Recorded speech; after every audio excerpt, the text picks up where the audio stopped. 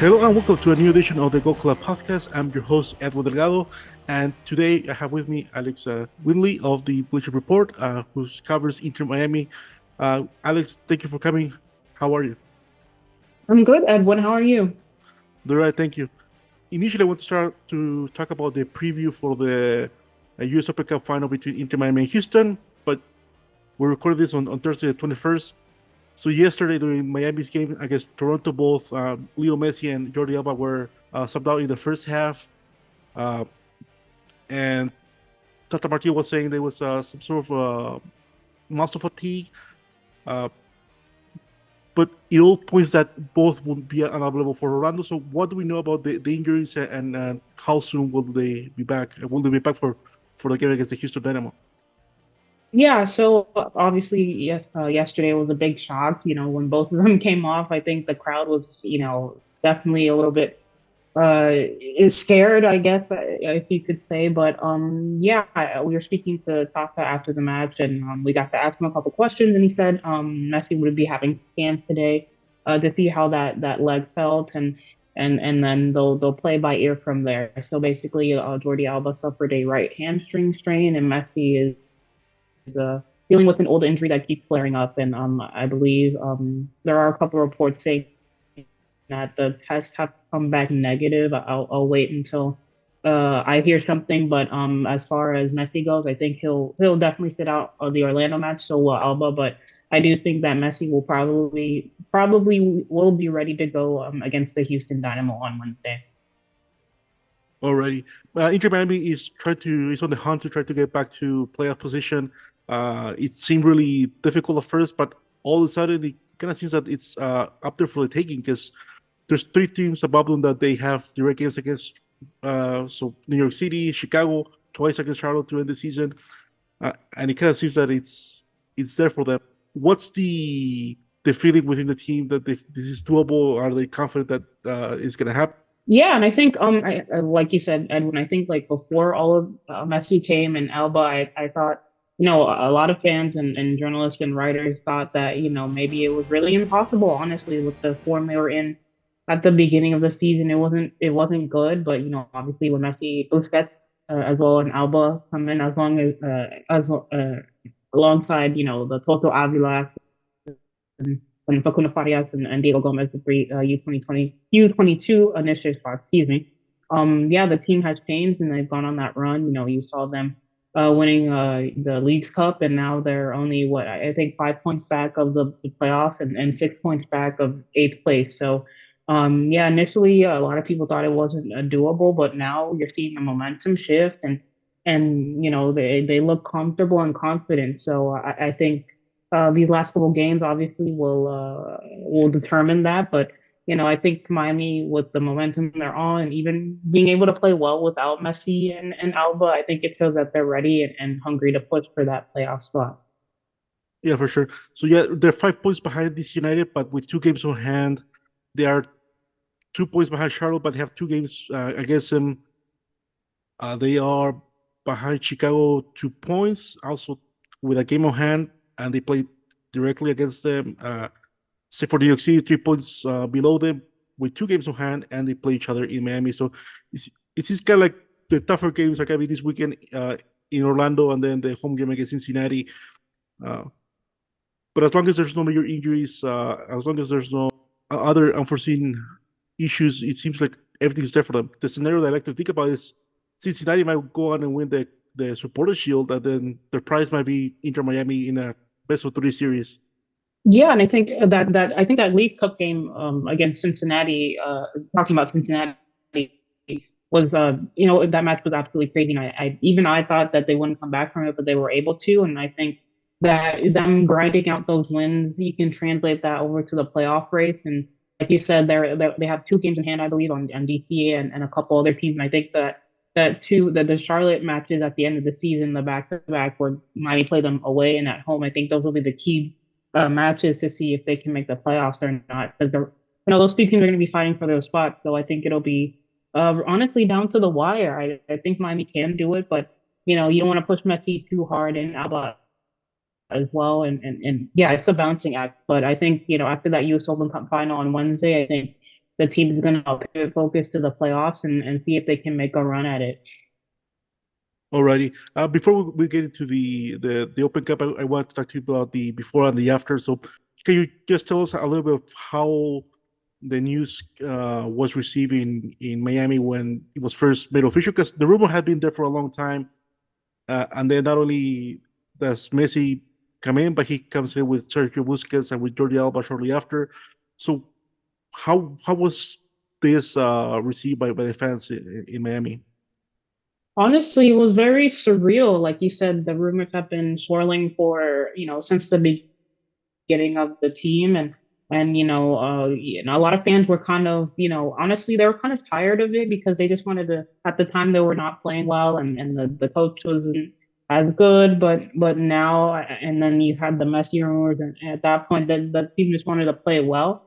But when it was officially announced, it felt like it felt like FIFA when you bring in a big player. Like it was so surreal and I think a lot of people couldn't um believe it. But now I think once, Messi, Busquets, and Alba, they've been here for a month and a half now. I think it's starting to settle in a lot more, and the other players are getting used to it, and having players like this in the squad, and even as journalists, it feels very surreal to cover it and all. But yeah, it's been a lot of fun to see, a lot of fun to witness. That Leagues Cup run was brilliant, but yeah, the city has just embraced Messi, Busquets, and Alba, and you see murals and everyone's wearing Messi shirts and Argentina kits and yeah, it's really crazy. But yeah, I think we're getting to the point where everyone's starting to settle down a bit, and now they're starting to play some good football.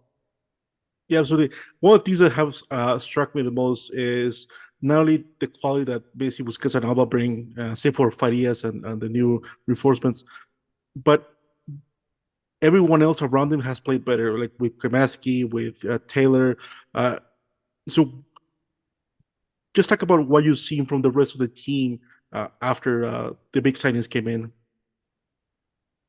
Yeah, I think it elevates everyone, honestly. Like you see, even like Messi went off last night, but the team was still able, albeit it was Toronto and they're in bad form right now. They were still able to go and play super well. Ben Hakramatsky getting a goal, Robert Taylor getting two, Facu Farias getting one and playing well and kind of dictating that offense when Messi was off. It shows that the players that they brought in, including even like Tata Martino, bringing him as a coach, it shows that tactically they've changed so much since the beginning of the season.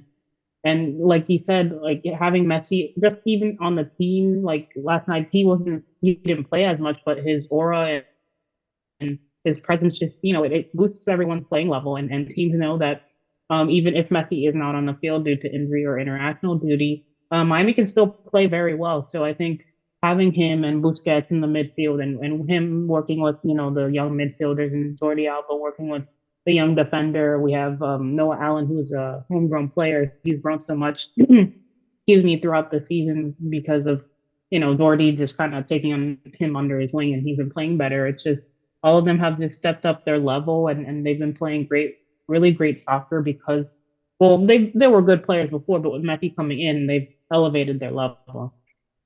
Already. And obviously now getting back to the present, big game coming up this Sunday against Orlando in the hunt for playoffs. Orlando comes from a loss midweek, and Miami trying to at least stay in the race for the playoffs. And what do you expect from the game on Sunday? Yeah, I think it's going to be a tough game. It's going to be a fiery derby game. I think it's going to be tough for Miami without Messi, without Alba, on short rest because they literally played last night, and then they're going to have what 3 days of rest, 4 days maybe, and then they have to travel. And yeah, it'll be difficult, I won't lie, but I think Miami are in a place where they can lose like one or two more times before, playoffs become not a thing for them. But I think this Orlando game, they're in such good form and Miami are literally more focused on that US Open Cup and they want to win their second trophy in club history. So I think they're willing to take the loss at Orlando. Maybe they will dig one out. Robert Taylor's in good form and the team's playing well. Maybe they'll be able to win, but yeah, Orlando have been in good form, but I think Miami are more focused on the US Open Cup. But we'll see. Maybe they can win on that on Saturday, Sunday. excuse me, Huh? on Sunday. Yeah, on Sunday and continue that playoff climb. But I still wouldn't be surprised if Tata Martino rolls out a rotational squad just to save the starters for that final on Wednesday. So yeah, we will see. We'll see. And now speaking about the US Open Cup, I mean, Miami found a way to get themselves in the semifinals before Messi arrived, and then we had that great game between Cincinnati and Inter Miami in the semifinals. So Inter is in the final. They'll face the Houston Dynamo, who's also playing very well right now. One of the teams that's on the rise on the West. So what do you make of the rival I have for Inter Miami and the chances that Miami gets their second trophy in just a little bit over a month? Yeah, I think it'll be difficult. The Dynamo have been playing super well. Hector Herrera has been, carrying that team and that offense. They beat Vancouver 4-1 last night, and they played really well. They've got a lot of good young talent, and it's going to be hard for Miami. I think a month ago Miami were a little bit more confident, but now the Dynamo have consistency and they're in really good form. So I think they're going to come here to South Florida with the mindset of winning the U.S. Open Cup. But Messi and finals, he doesn't like to lose, so absolutely he's going to be on that field and giving it his all. And Miami already felt the taste of winning, so I think that they will continue to push. And yeah, it'll be a difficult game, but I think Miami are really good at home and they'll have the fans behind them. And Messi will hopefully be fit by then. So I think they're just going to go all out. And I think it'll be a pretty evenly matched game, but I do think Miami will have that home field advantage. Yeah, absolutely. And Houston has a good team. They have a very good midfield with Carrasquilla, with Herrera, with Bassi. It feels that they lack something up front. They have good players. I mean, Corey Bird is good, but he's not like a little number nine. Um, so we'll see. And then in the back, Steve Clark can play. Can depends. Sometimes he can be one of the best goalkeepers in the league, and there's other days that he's just not on. We saw that on Leagues Cup when they lost to Charlotte. But yeah, I mean it's gonna be an interesting game. Both teams are already qualified for the CONCACAF Champions Cup next year, but there's a trophy on the line, and both teams really looking to get another trophy for the For club. sure, for sure. Yeah, and now I'm looking forward. I mean, I know that a lot was made when Messi missed the last game against Atlanta on the road. He was coming off the international duty. He didn't play against Bolivia. So, has there been any rumors about was Messi already showing some fatigue there? Was the turf issue uh, the decision behind that, or do we know a little more on what went to not being available for the game? Yeah, I do think honestly, I know they didn't say it, but I do think it was a combination of the turf and Messi carrying that lingering injury that he's been dealing with. Honestly, I know they didn't want to say it, but I do think the turf field had something to do with it. I know like or a month and a half ago, Messi did mention that he doesn't mind playing on turf, but yeah, it's a really rough surface, especially for older players. So I see why, they just exercised precaution and just didn't have him there. So, yeah, I do think it was a turf issue. I know Messi said he's fine, but, yeah, I think it was just a precaution yeah, I do think so because, you see him coming off the field last night. I do think it was just precaution, but, yeah, maybe next year he'll play, but, I do think it was just more of a, let's not risk it type of thing. Yeah, I was just thinking about this. I mean, potentially Miami could play against Montreal, the playing game, and Montreal might be the host for that game. So Montreal has natural grass, but if Messi goes there, they may want to move the game to the Olympic Stadium, which is turf. Mhm. So I mean that could be an interesting development. If For so, sure. also I want to ask you. I mean, not as you as a fan of the game. I mean, how has this the Messi mania struck you as just from the announcement from Messi coming in, the additional players, and just the impact that it's having in Miami, but in MLS as a whole. Yeah, I think it's huge already. You already see the impact of, I don't know if you saw Antoine Griezmann talking about, how he wants to now play in MLS, and and play in the league eventually. And then you see younger players being inspired by Messi and playing in the league and whatnot. And now you see, the fans are coming in with Messi and staying to watch other MLS games. So I think the impact has been huge. Apple TV, I'm sure they're loving all the subscriptions that they're getting in and all the views that they're getting. And even European football fans, they're tuning in to watch MLS, and it's a good thing. I think it's going to grow the league, and I know a lot of MLS fans are a little bit touchy surrounding the I don't want to call it like favoritism, but like the constant coverage of Messi. But I do think it's just going to grow the league for the better, and it's going to bring in more fans to Inter Miami and MLS, and I think that's a good thing. Right.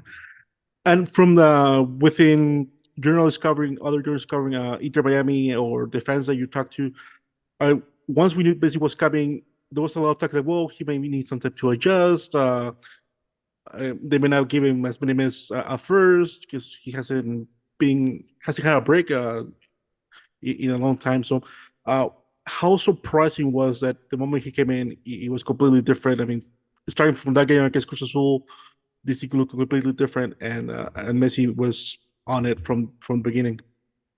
Yeah, honestly, I wasn't shocked. I know a lot of people, like you said, oh, he's going to need time to adjust and all that stuff. But it's Messi, and he's a great, one of the best players, if not the best player of all time. So, there's no reason for him not to be able to adjust. So, yeah, I thought, people saying that, he needed time. I think it was kind of short-sighted. But, you see how good he's playing and how quickly he was able to adapt. He scored on his first game for Miami, and he hasn't looked back since. Leading up to the Leagues Cup, and now they're in the final of the U.S. Open Cup. That game against FC Cincinnati shows just how his quality. Those two assists to tie the game at the end, and then winning on penalties. It was brilliant. But yeah, I'm not shocked that he was able to uh, uh, uh, adjust so quickly, and it just shows how great of a player he is. Yeah. Yeah.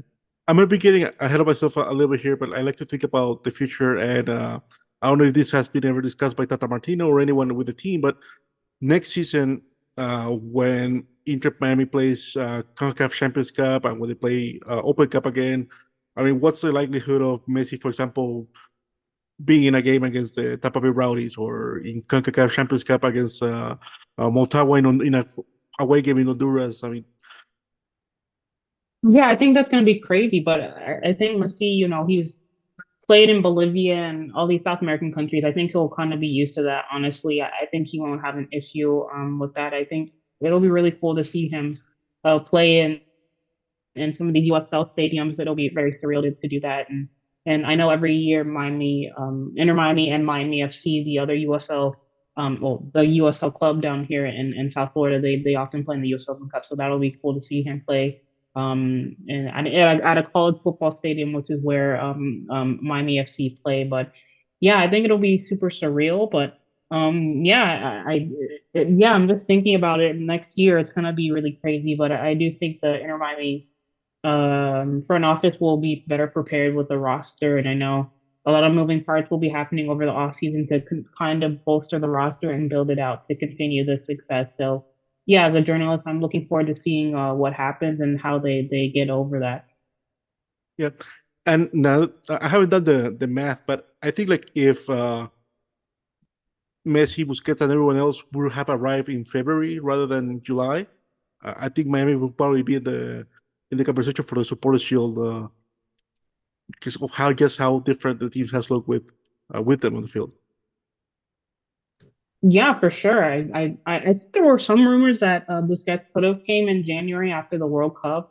I know there was a couple regarding that, but he decided to stay at the end of the season. But yeah, I think next season I do think Miami or I don't know. I don't want to get ahead of myself, but I do think that they could definitely be supporter shield and MLS Cup contenders. The way that they over the summer this year they came in and started winning everything, only losing one game in their last 14 matches. It's an incredible streak of wins that they or no losses that they went on, next season, I definitely think that's the team's goal is to get into MLS Cup and potentially win the Supporters Shield. And continue the conversation on the future of the team. I mean, uh, recently the news came out that the team is moving forward with the construction of the new stadium. So can you just tell us a little bit on what we know about that? A potential finish date when that could be completed?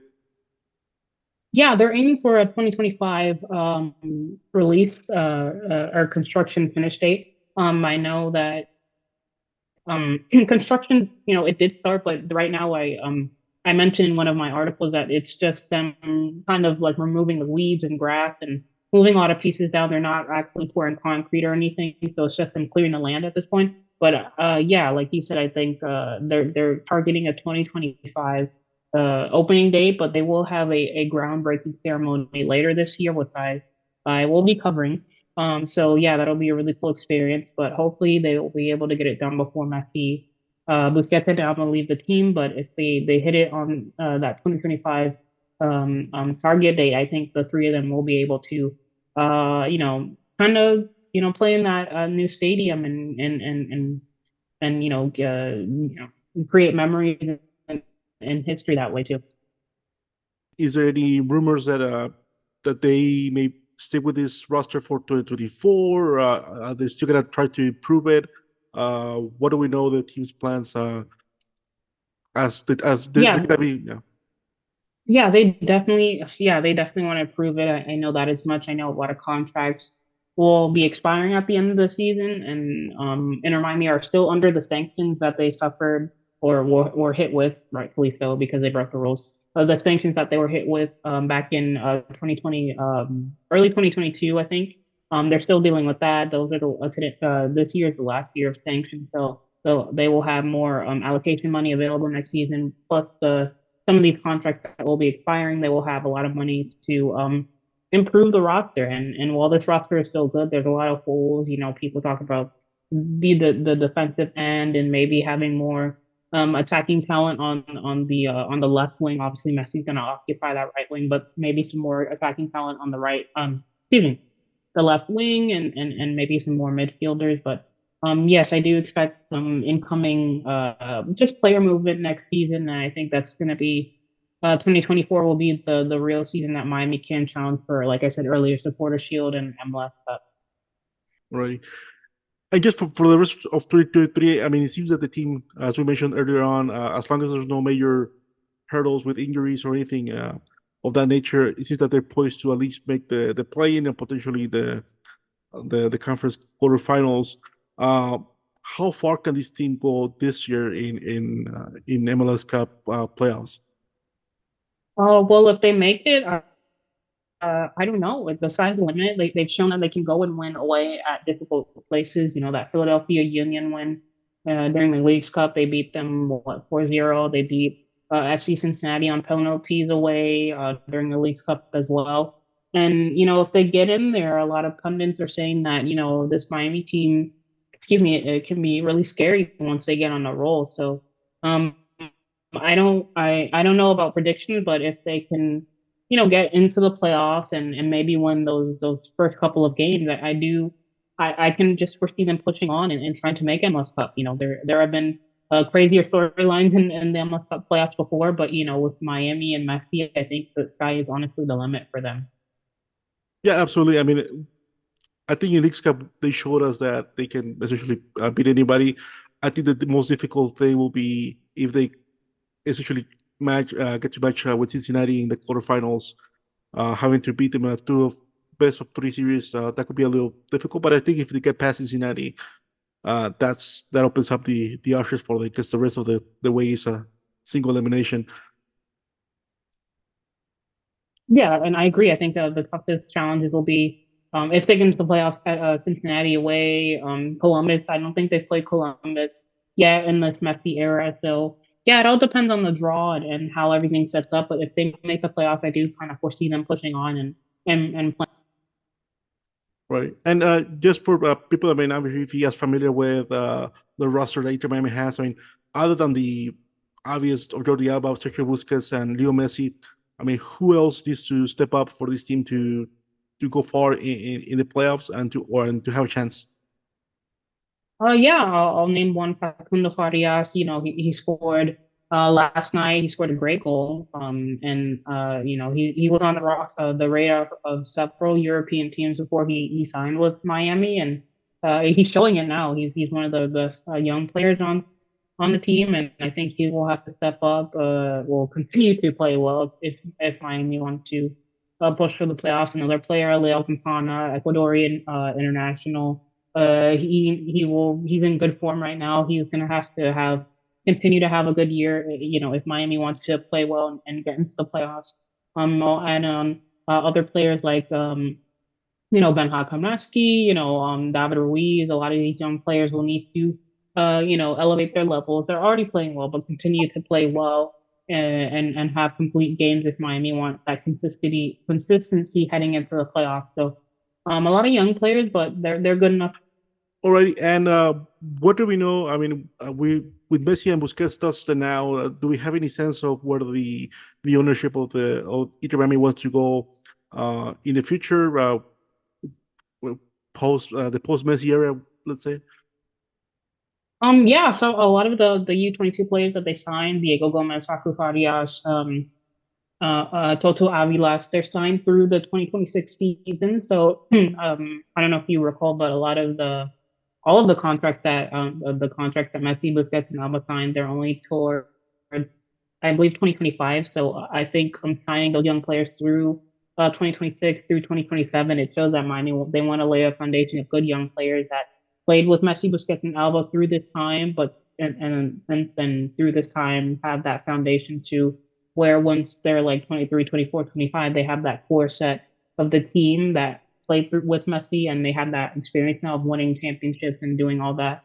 And now they have that core team in the next couple, 4 or 5 years. So I think they want to lay that foundation of the young core that played through this and can be the leaders of the team in like 4 or 5 years. So I think that's the main goal. Obviously, they're still going to be on the lookout for superstars, like I mentioned earlier. Antoine Griezmann expressed his interest in playing in MLS. Let's see if Miami will go after him after Messi. I don't know, but I think the main thing is having that core group of young players who will stay here in Miami for the next couple of years, even after Messi and Busquets and Alba leave or Uh, retire. yeah, that's it. The new potential DP settings need to have the requirement of being a former Barcelona player.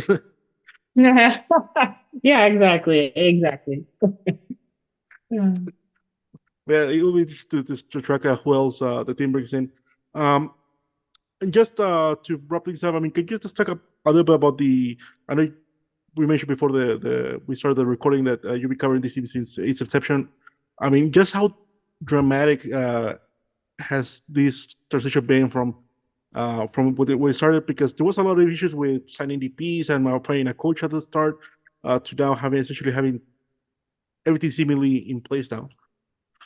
Yeah, and it took Chris Henderson coming in at the beginning of 2022, a late end of 2021 to kind of fix all this. I think, Miami, like you said before, all that, excuse me, they were very unorganized on the field and off the field, and like I mentioned earlier, they got caught for cheating on the DP rules, and it was just an entire mess. And I lived through that, and I remember that, and honestly, it was a mess on the field. I'll be honest, it wasn't good. But I think this is gonna sound crazy, but I think Phil Neville wasn't the best coach, but he came in at the time, to kind of provide that stability, before, Messi got here. And he did, he wasn't the best coach, and they didn't make the playoffs consistently. I think they only did it once during his time, but Phil Neville came in and kind of had that stability.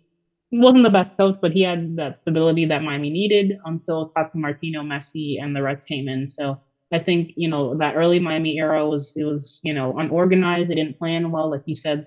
They had players before a coach, and it was just a whole mess. And now I think on the field they've gotten it together, and you're seeing the fruits of what they sowed back then, and now they're just heading forward as fast as they can with trophies and bringing in all this young talent and having Messi, Busquets, and Alba, and it's just Yeah, surreal to see, but I'm just impressed to see how quickly they were able to. Well, not quickly, but just compared to some other teams who were bad for most of their history. Miami able to turn it around so quickly and win their first trophy in club history. Just a month ago. I'm now going for the second. Yeah, and now they're going for their second on Wednesday. It's really crazy. Alrighty, that's pretty much all I have for you, Alex. Thank you so much again for taking the time and coming on the podcast. And best of luck on the continuing coverage of Inter Miami. Having me on, I had a good chat, and yeah, thanks for having me on, Edwin.